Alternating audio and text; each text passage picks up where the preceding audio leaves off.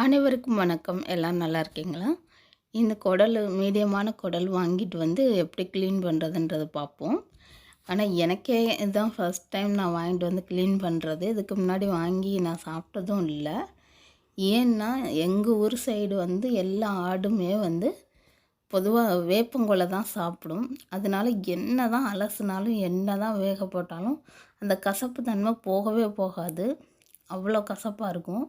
ஆனால் 4-5 நாளைக்கு வேப்பங்கொலையே போடாமல் தான் பார்த்துக்குவாங்க. அப்படி இருந்தும் அது வந்து கசக்க தான் செய்யும். அது நான் சின்ன வயசில் ஒரு வீட்டுக்கு போயிருந்தேன், ஒரு விசேஷத்துக்கு. அங்கே போய் அந்த குடலை சாப்பிட்ட உடனே கசப்பு தாங்க முடியல. அதிலருந்து என் வாழ்நாளில் நான் குடலை பார்த்தாலே எனக்கு பிடிக்காது.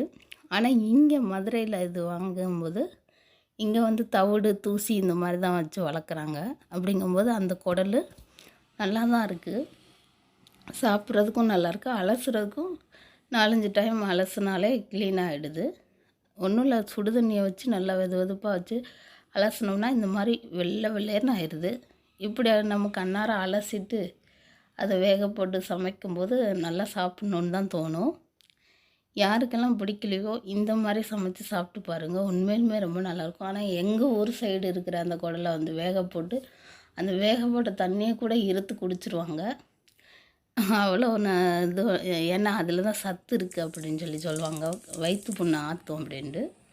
ஆனால் எனக்கு பிடிக்காது.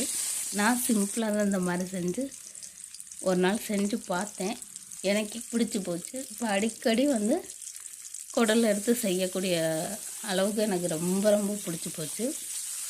நீங்களும் இந்த மாதிரி செஞ்சு சாப்பிட்டு பாருங்கள்.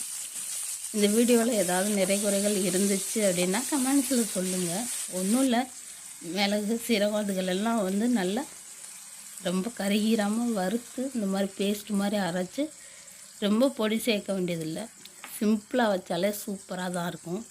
கறிக்குழம்பு எப்படி வைக்கிறோமோ அது போலவும் வைக்கலாம். இல்லை எந்த பொடியும் இல்லாமையே வச்சாலுமே குடல் செம்மையாக தான் இருக்குது. ரசம் மாதிரிக்க கூட வைக்கலாம். இந்த மாதிரி சிம்பிளாக சமைச்சு சாப்பிடும்போது இன்னும் டேஸ்ட்டாக இருக்கும். சாப்பிடாதவங்க கூட விரும்பி சாப்பிடக்கூடிய ஒரு சூழ்நிலை இருக்கும். என்னென்னமோ மசாலையை போட்டு அப்படியே கெட்டியாக வைக்கிறத விட நல்லா கலகலகலன்னு தண்ணியாக வச்சு சாப்பிட்றது ரொம்ப சூப்பராக இருக்கும். யாருக்கெல்லாம் குடல் கிரேவி ரொம்ப பிடிக்கும் அப்படிங்கிறத கமெண்ட்ஸில் சொல்லுங்கள். இந்த வீடியோவில் நான் வந்து இன்க்ரீடியன்ட்ஸ் எதுவுமே சொல்லலை, இருந்தாலும் இந்த மெத்தடில் வச்சு சாப்பிட்டா சூப்பராக இருக்கும். நான் வந்து சாப்பிடவே மாட்டேன், நானே சாப்பிட்டுட்டேன். அப்படிங்கும்போது அந்த அளவுக்கு ருசியாக இருந்துச்சு. குடல்ன்ற அந்த ஒரு கவுச்சி கூட இல்லை, ரொம்ப அழகாக அதை அலசுறதுல தான் இருக்குது அதோடைய டேஸ்ட்டே. சிலர் வந்து அலச தெரியாமல் அலசி வச்சுருவாங்க, அப்போ நல்லாவே இருக்காது. பாருங்கள் எப்படி இருக்குன்னு. இந்த மாதிரி நீங்களும் செஞ்சு பாருங்கள், சாப்பிட்டு பாருங்கள். யாருக்கெல்லாம் குடல் பிடிக்கும் பிடிக்காதுங்கிறதையும் கமெண்ட்ஸில் சொல்லுங்கள்.